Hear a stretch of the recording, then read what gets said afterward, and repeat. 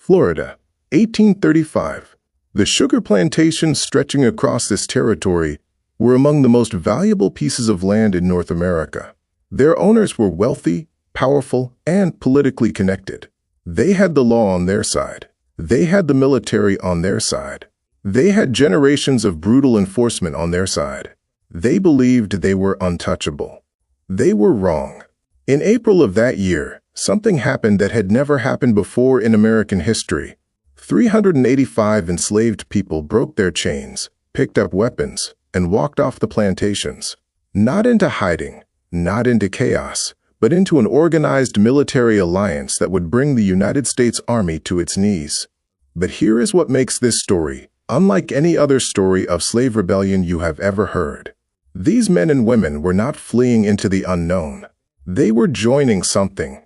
A community, a society, a nation within a nation, built by free black people in the middle of the Florida wilderness, decades before the Civil War, decades before emancipation, decades before anyone in Washington was willing to admit that black people could govern themselves, defend themselves, and build something worth fighting for.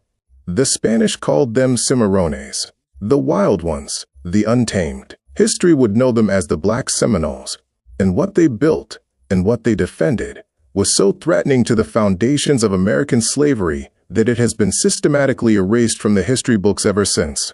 A U.S. general, surveying the destruction they had inflicted on his forces, wrote back to Washington with words that have never been properly taught in an American classroom. This, you may be assured, is a Negro, not an Indian war. This is their story. Before we go further, I need to take a moment and tell you why this channel exists.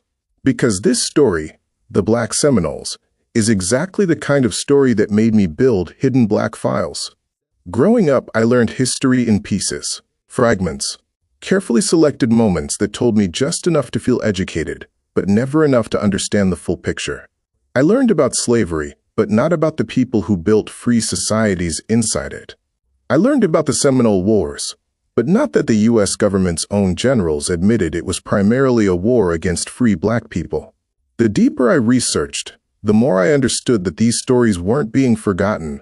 They were being buried, on purpose, because the story of the Black Seminoles does not just challenge the historical record.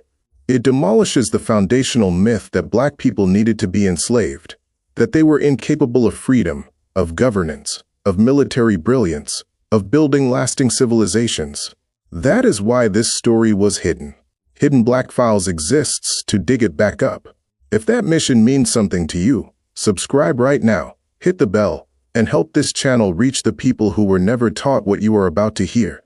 Now, let's go back to where it all began. To understand the Black Seminoles, you need to understand the geography of power in 18th century North America. Most people think of Florida as American territory, a given, a permanent fact. It was not. While Britain controlled what we now call the American colonies, particularly the powerful slave states of Georgia and South Carolina, Florida belonged to Spain. And that border between British Georgia and Spanish Florida was not just a political line on a map. It was the difference between bondage and freedom. In the British colonies, slavery was the entire economy. The vast rice plantations of South Carolina and Georgia ran on the forced labor of enslaved people, particularly the Gullah people, who had been specifically sought out by slave traders because of their sophisticated knowledge of rice cultivation from their West African heritage. They knew the crop, they knew the land, they knew the water, and their knowledge made their enslavers extraordinarily wealthy. But the Spanish had a different strategy for Florida. They didn't want to settle it. They wanted to use it, a buffer zone, a dangerous hostile wilderness between the expanding British colonies and Spain's more valuable settlements further south. And to keep that buffer as impenetrable as possible, the Spanish crown made an announcement that would send shockwaves through every plantation from Savannah to Charleston. Any enslaved person who escaped to Florida would receive their freedom. Not just freedom in practice, freedom protected by Spanish law. The news traveled the way important news always traveled among enslaved people, in whispers, in coded language, passed from plantation to plantation through networks that slaveholders never fully understood, and could never fully suppress. Florida. For most Europeans, the word meant disease and danger. Dense jungle, malaria-ridden swamps, heat that killed, terrain that swallowed armies. For people living under the constant threat of the lash, the auction block, and the overseer's boots, those dangers were not a deterrent. They were a reasonable trade. And so they ran. Through the night, through swamps that reached their chests, through wilderness that offered no road, no map, no guarantee of survival. They ran with nothing but the knowledge that somewhere on the other side of that suffering was something no one had ever been able to give them legally: the right to be human. The Gullah people were particularly suited to this escape. Their agricultural knowledge, rice cultivation, tropical farming, the management of wetland environments, gave them tools for survival in a landscape that defeated most people who entered it. They did not merely survive the Florida wilderness. They learned to call it home. By the late 1700s, something was happening in the Florida wilderness that no plantation owner wanted to look at directly. These escaped slaves were not living as fugitives. They were building. Villages emerged from the wilderness, thatched roof homes surrounded by cultivated fields of corn and swamp rice. They developed trade networks. They established governance. They created communities with the full architecture of civic life: leadership, dispute resolution, cultural practice, collective defense. These were the first legally sanctioned free black towns in North America. And they were not alone. Various Native American groups, people who would later be collectively known as the Seminoles, had also made Florida their sanctuary. Like the escaped slaves, they were people who had been displaced by colonial expansion, who had chosen the dangers of the Florida wilderness over subjugation under European power. What happened when these two communities met, escaped African slaves and displaced Native Americans, was unprecedented in American history. They chose each other. An alliance formed that was not merely tactical, but cultural. A new society emerged in those swamps and forests, one that European America had no framework to understand and no desire to acknowledge. A society where black people were free, armed, prosperous, and completely beyond the reach of the plantation system that claimed to define their existence. The people who emerged from this alliance became known as the Black Seminoles. The word Seminole itself comes from the Spanish cimarron, wild, untamed, uncontrolled. It was meant as an insult, a label applied to people who refused to be categorized, managed, or subordinated by colonial power. They wore it like armor. What emerged in the Florida wilderness was genuinely new. The Black Seminoles maintained their own separate villages while forming close alliances with their Native American neighbors. They were distinct in culture, in language, in identity, while being bound together by the shared understanding that their freedom depended on mutual defense. Their spiritual life was a living archive of where they had come from, a powerful blend of African religious traditions, Christian practice, and Seminole ceremonial life, a synthesis that reflected the unique journey of people who had crossed oceans against their will and rebuilt their spiritual world from the fragments of everything that had been taken from them. Their language was its own creation, an English Creole that carried the deep structure of Gullah, the language of their South Carolina and Georgia ancestors, woven together with Spanish and Seminole influences. When you heard them speak, you were hearing the sound of survival, the sound of a people who refused to let everything be stripped away. Now, technically, the Black Seminoles were considered tributaries of the Seminole Indians, a nominal relationship of dependence that satisfied certain colonial legal frameworks. But if you are thinking about plantation slavery when you hear that word, stop. There were no overseers, no chains, no auction blocks, no separation of families, no systematic terror. Their only obligation was a small portion of their annual harvest, once a year. That was it. They lived in their own villages, governed their own communities, kept their own wealth, made their own decisions, and built lives of genuine substantive freedom in a country that was simultaneously claiming, with a straight face, that people who looked like them were property. The Black Seminoles became something else that made them indispensable to their Seminole allies, and something that made them uniquely dangerous to the American slave system. They became interpreters, not just of language, though their fluency in English, Spanish, and multiple Native American languages made them invaluable diplomatic assets, but of culture, of psychology, of the way European Americans thought, negotiated, and deceived. They understood both worlds. They had survived inside the system that was trying to destroy them, and they had built an alternative to it. That dual knowledge, that ability to translate not just words but intentions, gave the Seminole Alliance a strategic intelligence that the U.S. military consistently underestimated. And prosper they did. Through farming, hunting, and trade, the Black Seminole communities built significant material wealth. These were not hidden camps of desperate fugitives.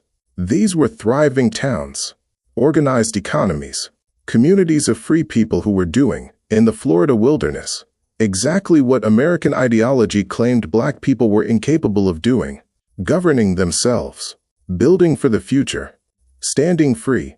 And that success, that visible, undeniable, prosperous freedom, was the most dangerous thing of all.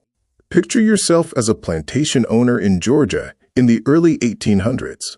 Your entire wealth, your land, your social position, your political power, your children's inheritance rests on one foundational claim: that enslaved Black people are not fully human, that they require the supervision, the discipline, the management of white ownership, that without the institution of slavery, they would be incapable of organizing, producing, building, or sustaining themselves. Your entire world is built on that claim. And just across your southern border, there is a community that proves every single day that the claim is a lie. Prosperous Black villages, armed Black warriors, organized Black governance, Black farmers producing surplus crops, Black leaders negotiating with Spanish officials, and Native American chiefs with equal sophistication. Every successful harvest in those villages was an argument against everything you had built your life on. Every armed Black Seminole standing on free ground was a living refutation of your entire ideology. And every enslaved person who slipped away in the night, heading south toward Florida, was proof that your system could not hold, that given any alternative, any real alternative, people would choose freedom over bondage every single time. The plantation owners did not look at the Black Seminoles and see a military threat. They looked at them and saw an existential one. Because the Black Seminoles hadn't just built a free society. They had built an argument. And sooner or later, someone was going to have to answer it with force. The first serious military confrontations came in 1812 and 1816. American forces crossed into Spanish Florida, attacking Black Seminole and Seminole settlements, burning villages, attempting to drive the free communities north or destroy them entirely. The Black Seminoles and their allies fought back, and the Americans discovered, at significant cost, that these were not the passive victims the plantation system had trained them to expect. By 1817, the United States government had decided that enough was enough. In December of that year, General Andrew Jackson, future president, architect of Indian removal, owner of hundreds of enslaved people, was given command of U.S. forces in the region. By spring of 1818, he was leading an American army into Florida with a mission that was officially framed as establishing order and securing the territory. Jackson himself was more honest about what the war was really about. He called it, in his own words, the Indian and Negro War. The Negro part was not an afterthought. The free Black communities of Florida were not a secondary concern or a peripheral element of the conflict. They were, in the eyes of the American military and political establishment, the central threat, because they were the living proof that the slave system was a choice, not a necessity, a political arrangement, not a natural order. Jackson's forces swept through Florida with brutal efficiency. Village after village was burned. Crops were destroyed. Communities that had taken years to build were reduced to ash in days. But they could not catch everyone. And they could not break the will of the people they were hunting. The military campaign had political consequences that extended far beyond the battlefield. Spain, watching an American general illegally seize Spanish military posts and capture Spanish-held towns without authorization from Washington. watching, essentially, a foreign military power act with total impunity inside their territory, arrived at a clear conclusion. They could not defend Florida. In 1819, Spain signed the Transcontinental Treaty, ceding Florida to the United States. The Black Seminoles now lived inside American territory.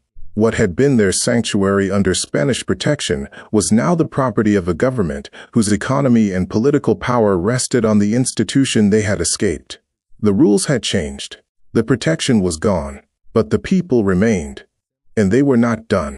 By 1835, the situation had reached a point of no return. The United States government, under the Indian Removal Act championed by President Andrew Jackson, was demanding that all Seminoles, native and black, be forcibly relocated west of the Mississippi River to Indian Territory. For the native Seminoles, this was a catastrophic loss. Their homeland, their ancestral territory, everything. For the Black Seminoles, it was something worse. The government's plan for them was not relocation. It was re-enslavement. There was no ambiguity about this. No diplomatic softening. The Black Seminoles, people who had been living free for generations, who had built communities and raised children and grown old on ground they had cultivated with their own hands, were to be classified as property and returned to the plantation system. Their response was immediate and absolute. No. Before we get to what happened next, I want to stop here and tell you something directly. The story you are hearing right now, the Black Seminoles, their communities, their wars, their refusal to be re-enslaved, this is not a footnote. This is not a minor historical curiosity. This is one of the most significant chapters in the entire history of Black resistance in America, and most people have never heard it. That is why Hidden Black Files exists, not to entertain, to preserve, to restore voices to people history tried to silence, to make sure that the record reflects what actually happened, not the version that was comfortable for the people who won. If this channel matters to you, subscribe, share this video. Tell someone who has never heard the name Black Seminole that they exist, that they fought, and that they won more than anyone ever gave them credit for. Now, back to 1835. Because what came next was extraordinary. In April 1835, the Black Seminoles and their native allies launched what would become the largest slave revolt in United States history. 385 plantation slaves broke their chains and joined the Black Seminole forces. Together, they moved against Florida's sugar plantations, some of the most valuable property in North America, with organized, coordinated military force. This was not a spontaneous uprising born of desperation. This was a planned military campaign executed by people who had spent years preparing for exactly this moment. Among their leaders was a warrior named Osceola, a man whose tactical brilliance would become the subject of U.S. military study for decades. Under his leadership, the resistance reached levels of strategic sophistication that the American military had not anticipated and could not initially counter. On December 28, 1835, they demonstrated exactly what they were capable of. Major Francis Dade was leading a column of more than 100 American soldiers from Fort Brooke toward Fort King, a standard military movement through terrain the Army believed it controlled. 180 Seminole warriors were waiting for them. The ambush was devastating. When it was over, only 3 American soldiers survived. 107 were dead. The Dade Massacre, as the Americans called it, sent shockwaves through Washington. The U.S. military had been engaged in conflicts across the continent. They were accustomed to assessing their opponents. They had a framework for Native American resistance. They did not have a framework for this. General Jessup, the American commander, wrote to Washington with a frustration born of genuine shock. This, you may be assured, is a Negro, not an Indian, war. And what a war it was. The Black Seminoles had spent decades in the Florida wilderness. They knew every swamp, every waterway, every dense hammock of vegetation that European soldiers found impenetrable and disorienting. They had made this landscape their home. Now they turned it into a weapon. Their approach to warfare was what military historians would later call guerrilla tactics. Hit and disappear, strike and dissolve back into terrain the enemy couldn't navigate. Never present a fixed target. never allow a conventional engagement on terms favorable to a larger and better equipped force. They were, in the judgment of U.S. military commanders who faced them, the most effective guerrilla fighters the American Army had ever encountered. At the Battle of Lake Okeechobee in December 1837, Black Seminole and Seminole forces inflicted heavy casualties on a significantly larger American force.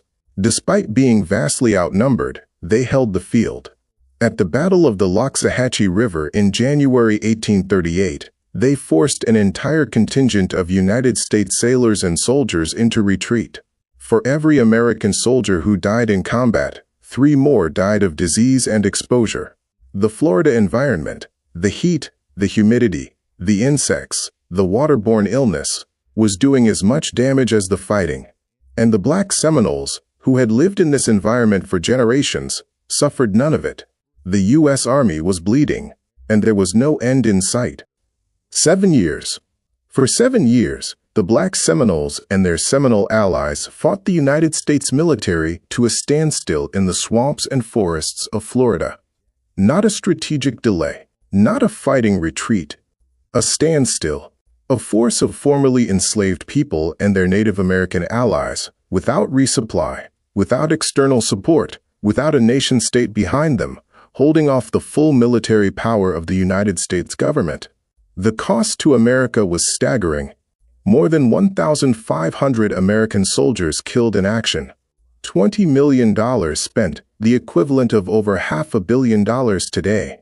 An entire generation of U.S. military officers forced to confront the gap between their assumptions about black people and the reality they were facing in the field.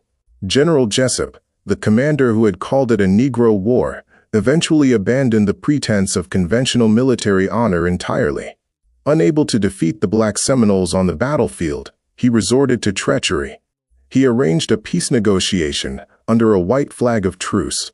When Osceola and dozens of his followers arrived to negotiate in October 1837, Jessup's soldiers seized them. A white flag, a sacred signal of safe conduct, recognized in every military tradition in the Western world. Ignored, Osceola was captured and imprisoned. He died in captivity 3 months later at Fort Moultrie in South Carolina in January 1838. He was 34 years old. But even his capture did not end the war. The resistance continued for 4 more years without him. By 1842, the United States government faced a choice it had not expected to be making. They had not defeated the Black Seminoles. They had not broken them. They had not returned them to slavery.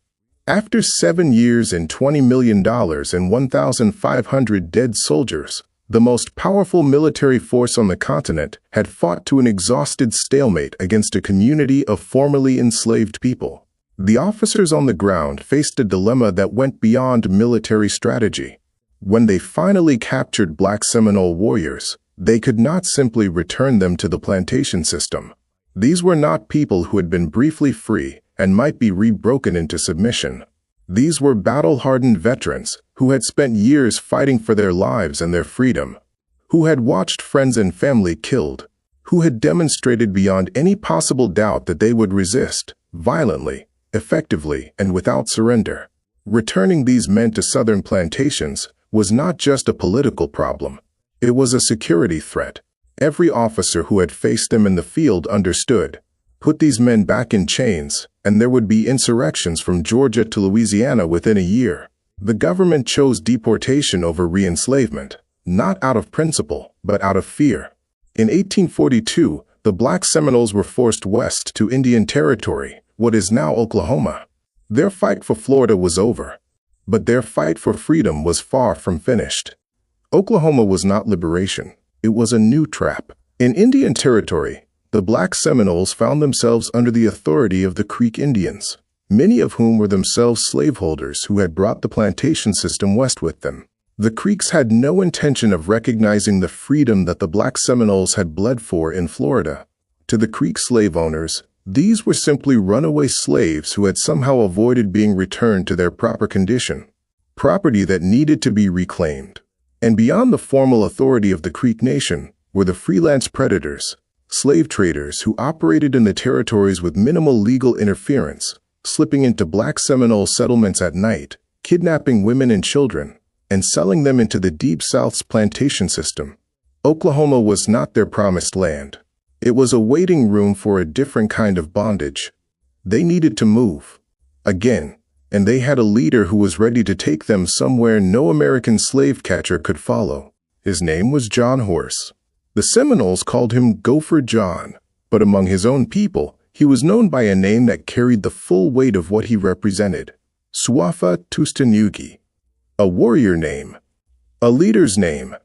John Horse had been born into slavery. He had risen through the crucible of the Second Seminole War to become one of the most feared and respected military commanders the conflict produced, on either side. He had negotiated with U.S. generals. He had led raids that made American military commanders revise their entire understanding of what formerly enslaved people were capable of. He had survived everything Florida and Oklahoma had thrown at him.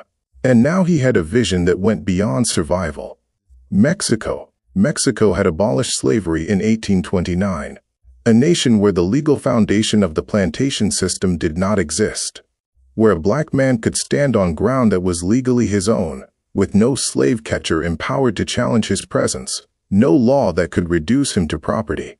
True freedom, not freedom tolerated by a government that might revoke it. Not freedom maintained at gunpoint in a hostile wilderness. Freedom with the full backing of a sovereign nation's law. Getting there meant crossing hundreds of miles of the most dangerous territory in North America. Texas, a slaveholding republic that had recently won its independence from Mexico specifically to preserve slavery, lay between Oklahoma and the Mexican border. Texas slave catchers. Hostile groups. Open country with nowhere to hide. John Horse looked at all of it, and he said, "We go." In 1850, John Horse gathered the bravest and most determined of his people and led them south. The journey was exactly as dangerous as it sounds. Texas slave catchers tracked them. Hostile groups threatened their flanks. Every mile of open ground was a risk. Every night camp could become a battleground. They made it, crossing the Rio Grande into Mexico. The Black Seminoles arrived in a country where their freedom was not a matter of military force or political tolerance, but of law. They were free because Mexico said they were free, and Mexico meant it. They built again. Homes, farms, communities. The pattern that defined their entire history: arrive in hostile territory, assess the resources, build a life, defend it, repeated itself on Mexican soil. But American aggression had a long reach. In 1855, a heavily armed band of Texas Rangers crossed the Mexican border, illegally, in violation of international sovereignty, with the explicit intention of destroying the Black Seminole settlement and returning its people to slavery. They chose the wrong community to raid. The Black Seminoles, with their native allies, did not merely defend their settlement. They counterattacked with the full force of people who had been fighting this exact war for 3 decades. The Rangers were driven back across the border, defeated, humiliated, running from the people they had come to enslave. In Mexico, the Black Seminoles finally had what they had been building toward since the first escaped slaves ran south through the Carolina swamps in the 1700s. A home, on their terms, under their control, legally, permanently, incontestably free. The story did not end there. After the Civil War ended slavery in the United States, the U.S. cavalry came to the Black Seminoles in Mexico with an offer: return to Texas and serve as Army Scouts. Use your knowledge of the terrain, the same terrain you used to defeat us for 7 years, in service of the United States military. Some accepted. They became known as the Seminole Negro Indian Scouts, and they proved to be among the finest soldiers the U.S. cavalry had ever encountered, which, given everything that came before it, carries a certain extraordinary irony. In 1875, 3 of these scouts did something that forced the United States government to formally acknowledge what these people had always been capable of. In a single engagement, 3 scouts won the Congressional Medal of Honor, the highest military decoration in America, awarded to the descendants of runaway slaves, men whose grandparents had been legally classified as property, who had defeated the U.S. Army in a 7-year war, who had crossed a continent to find freedom in a foreign country, and who had come back, on their own terms, to receive the nation's highest honor. The Black Seminoles did not disappear. They scattered, and in their scattering, they planted pieces of their story across the continent. On Andros Island in the Bahamas, you will find the Black Indians, descendants of those who escaped Florida after the First Seminole War, choosing British Caribbean territory over American control. They were the first to break away, and their community still carries the memory of what their ancestors built. In rural Seminole County, Oklahoma, the Seminole freedmen maintained the strongest continuous connection to their origins.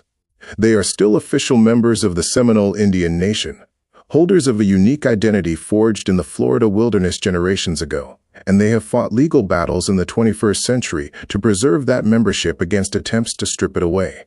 In the dusty desert town of Nacimiento, Mexico, the Mascogos continue to live on the very land their ancestors defended against the Texas Rangers. John Horse's vision, freedom beyond America's borders, on ground legally their own, is still alive in Nacimiento, still inhabited, still carrying his legacy. And in Brackettville, Texas, the descendants of the Scouts live near the old fort where their grandfathers served the same army their great-grandparents defeated, a living embodiment of the full, complicated arc of their people's history. In 1978, something remarkable happened that no one expected. Dr. Ian Hancock, a linguist, was studying the communities of Black Seminole descendants in Texas when he discovered something that stopped him cold. The elders, aged men and women in Brackettville, Texas, in 1978 were still speaking Gullah, the same language their ancestors had carried from the rice plantations of South Carolina and Georgia, the same language spoken by the people who had run south through the swamps in the 1700s. Nearly a century and a half had passed. They had lived in Florida, Oklahoma, Mexico, and Texas. They had fought wars and crossed borders and built communities on 3 different pieces of land. And the language had survived. 2 years later, researchers working in Oklahoma made the same discovery among the Seminole freedmen community. Elderly members still spoke Gullah. Younger members remembered phrases passed down through generations, words whose origins they might not have been able to fully explain, but which connected them, across every displacement and every generation, to the rice fields of South Carolina. Language is memory, and these communities had preserved their memory against every force that tried to take it. The cultural preservation went beyond language. In Oklahoma, Black Seminole communities maintain traditions that bridge their African and Native American roots with a precision that speaks to conscious, deliberate effort across generations. Their ceremonial life carries echoes of both traditions. Their music carries both, and their food carries both. They still eat rice as a staple, often served with okra or spinach leaf sauce, prepared in ways that connect directly to Gullah cooking traditions, which connect directly to West African culinary practice. The same crops, the same techniques, the same flavors that the first escaped slaves brought with them from South Carolina, adapted to new environments across a century and a half of movement. Food as history, food as identity, food as the most intimate possible form of cultural continuity. What makes this even more remarkable is that many of these communities had lost contact with each other across the generations. Some did not know about their shared connection to the Gullah people. Some had not heard of communities that existed just hundreds of miles away, separated by distance, by displacement, by the deliberate disruption of their historical record. And yet they all held on to the same things, the same language, the same food, the same memory of ancestors who refused to be broken. The story of the Black Seminoles is not, ultimately, a story about escape. Escape is where it begins. But what it becomes is something far larger. It is the story of people who looked at a system designed to define them as property, a system backed by law, by military force, by centuries of ideological justification, and decided to build an alternative. Not to petition for change, not to wait for liberation from outside, not to accept the terms of their oppression and work within them, to build something new, on their own, in the wilderness that everyone else considered uninhabitable, on terms they set themselves, and then to defend it, for 7 years against the U.S. military.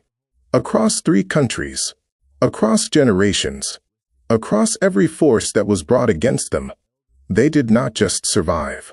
They proved something. They proved that the entire justification for American slavery, the claim that black people were incapable of self-governance, of military organization, of building lasting civilizations, was not a fact. It was a lie that required a 7-year war, and $20 million, and 1,500 dead soldiers, and a century of deliberate historical erasure to maintain. And it is still being maintained today, every time a curriculum is written that does not include their name, every time a student graduates without knowing what happened in the Florida wilderness, every time the story of the Black Seminoles is allowed to remain buried. That is why this story matters. Not as a historical footnote, not as an interesting detail, as evidence of what black people built when given the chance, and what America was willing to do to make sure you never found out. I want to close with something direct. Hidden Black Files exists because stories like this one, the Black Seminoles, their wars, their communities, their survival, have been systematically kept from the people who most need to hear them. Not because they are obscure, not because they are unimportant, but because they are dangerous to a certain version of history that certain institutions have a very strong interest in maintaining. Every video on this channel is an act of resistance against that erasure. Every subscriber is someone who has decided that the truth matters more than comfort. Every share is the story traveling further than the people who buried it intended it to go. If you are still watching, if this story moved you, challenged you, or gave you something you didn't have before, please subscribe to Hidden Black Files. Share this video with someone who deserves to know the name Black Seminole. Leave a comment telling us what part of this history you had never been taught.